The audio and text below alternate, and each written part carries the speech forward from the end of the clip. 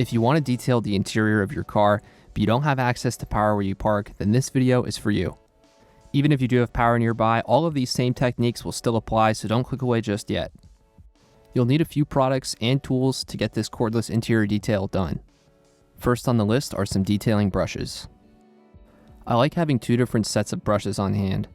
The first is a makeup brush, which is really nice to use on screens or anything that might be prone to scratching in the interior. And the second is sort of the industry standard, and that's a boar's hair brush. I also picked up some small cleaning brushes to get into those really hard to reach spots.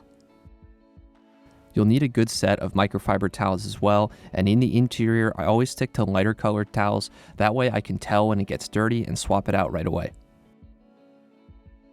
You'll also need a waffle weave towel that you use exclusively on interior glass, and you'll see why I really suggest using these only for interior glass later in the video. Next, you'll need your choice of interior detailing products. And one thing to keep in mind is you need to be conscious of what material you're working with and what product you're using on that material.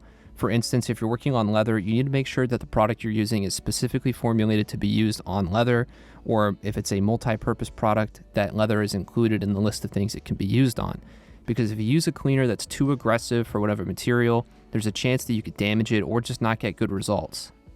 I really like this interior detailer from Turtle Wax. It's a cleaner and a protectant, and it's also suitable for a wide variety of surfaces in the interior, so it's kind of like a one and done, covers a lot of your bases product. One thing you can't use that product on is glass. So make sure you're picking up a glass cleaner, and if you have tint, make sure it's safe to use on tint. My understanding is tint safe equates to ammonia free, so make sure whatever product you're picking for your interior glass is tint safe.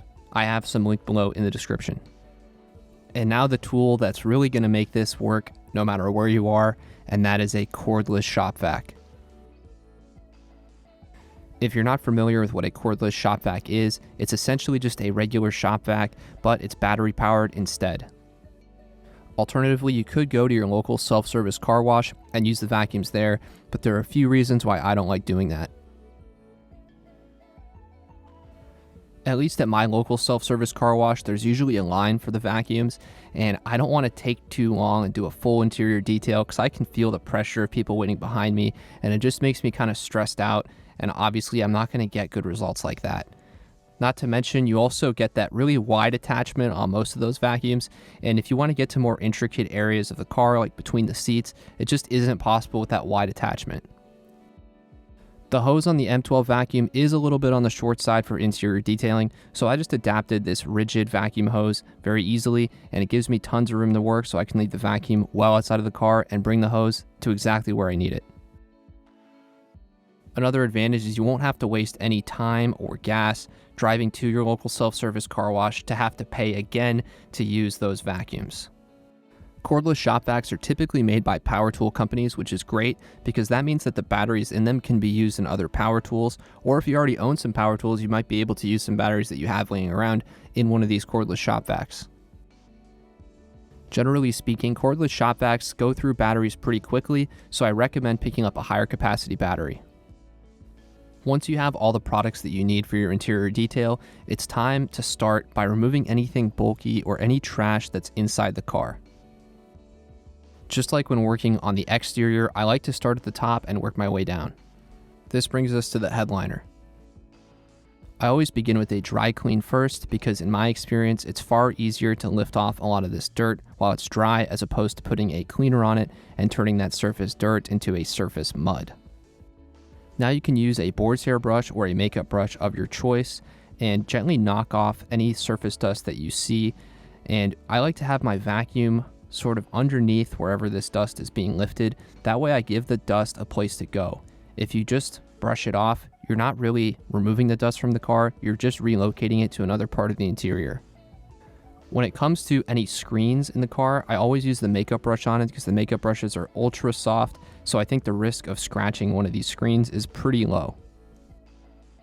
I'll go through the rest of the interior and just knock off any of that surface dust and make sure it's getting vacuumed away. I bought this micro vacuum attachment which goes over the end of the rigid hose, and I've been able to get the vacuum into places I never thought possible. Like for instance on this heads-up display, I can kind of knock the dust loose with a makeup brush and vacuum it away. Continuing to work top down, I'll use this dry technique and go through the whole car.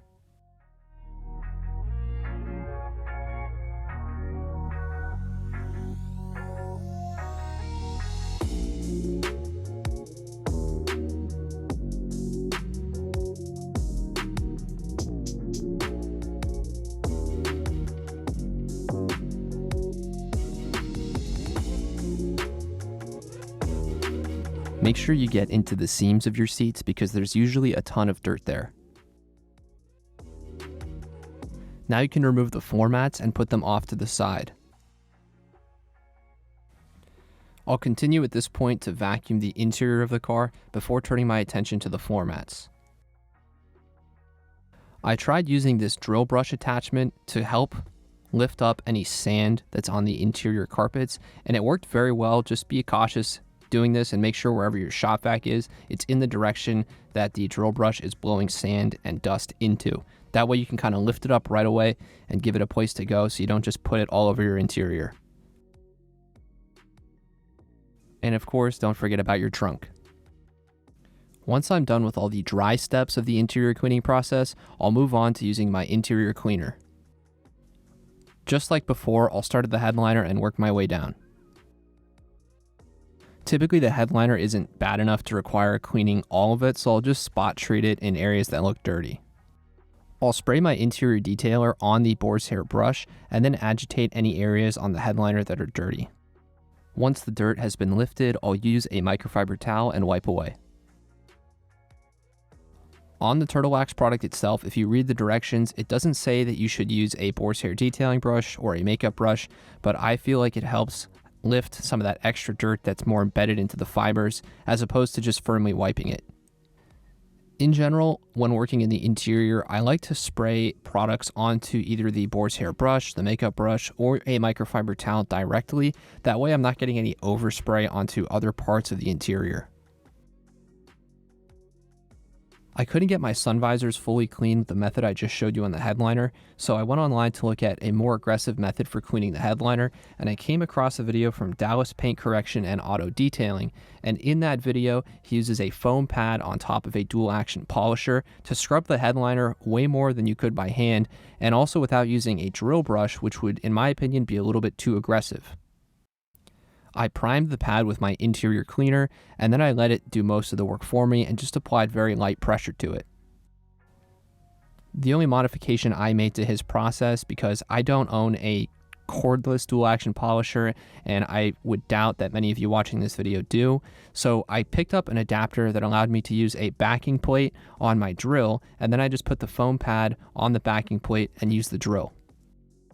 I worked my way through the rest of the interior using this method of spraying the cleaner onto the brush, agitating an area that I thought was dirty with it, and then wiping away with a microfiber towel.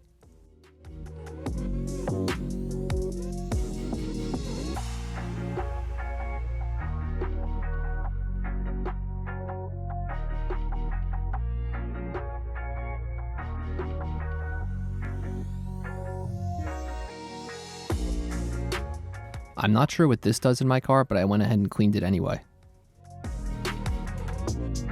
I like to clean the pedals as well here. Just make sure you put a towel underneath so that nothing drips onto the carpet.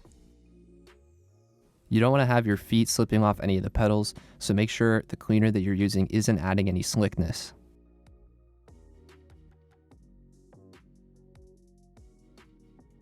I like to finish the entire interior wet clean before moving on to cleaning the interior glass. This is when you're going to need your waffle weave towels that I discussed before, and make sure you only use these on interior glass if you can help it. That way, none of the other protectants or additives get put onto these microfiber towels, become embedded in them, and then create streaks as you go to wipe your windows. Make sure you clean the outside of the glass, that way you can actually see any spots on the interior that are dirty.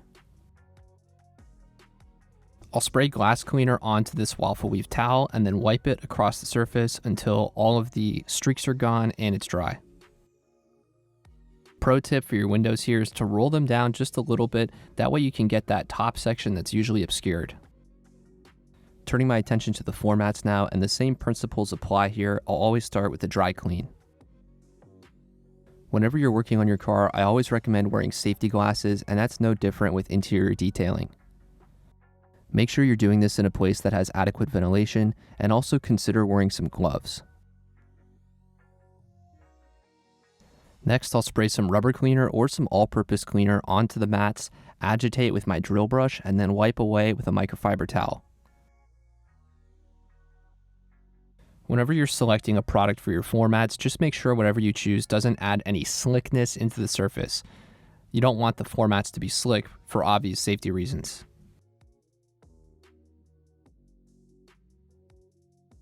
I let my interior get pretty bad before making this video, so feel free to modify these steps accordingly depending on how dirty your car is, because this is definitely on the higher end of what I would typically do for a maintenance clean.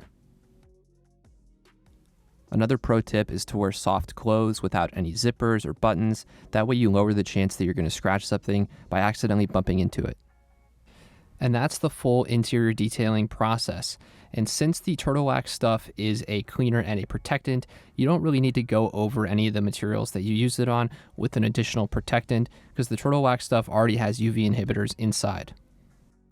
Driving around in a car with a clean interior is a great feeling, and you can take some extra pride in the fact that you did it all yourself. All the products that I'm using in this video are pretty well compact, so you could realistically take the cordless shop vac and all the microfibers and brushes that you need out to your car wherever it is, and do this pretty much anywhere since you don't need power. Thank you so much for watching, and if you don't have power next to your car, you maybe don't have a hose next to your car either, and if that's the case, I recommend you check out this video that I did all about hoseless wash techniques. Let me know if you like this video by hitting the like button or by dropping a comment down below, and if you'd like to see more car-related content, consider subscribing.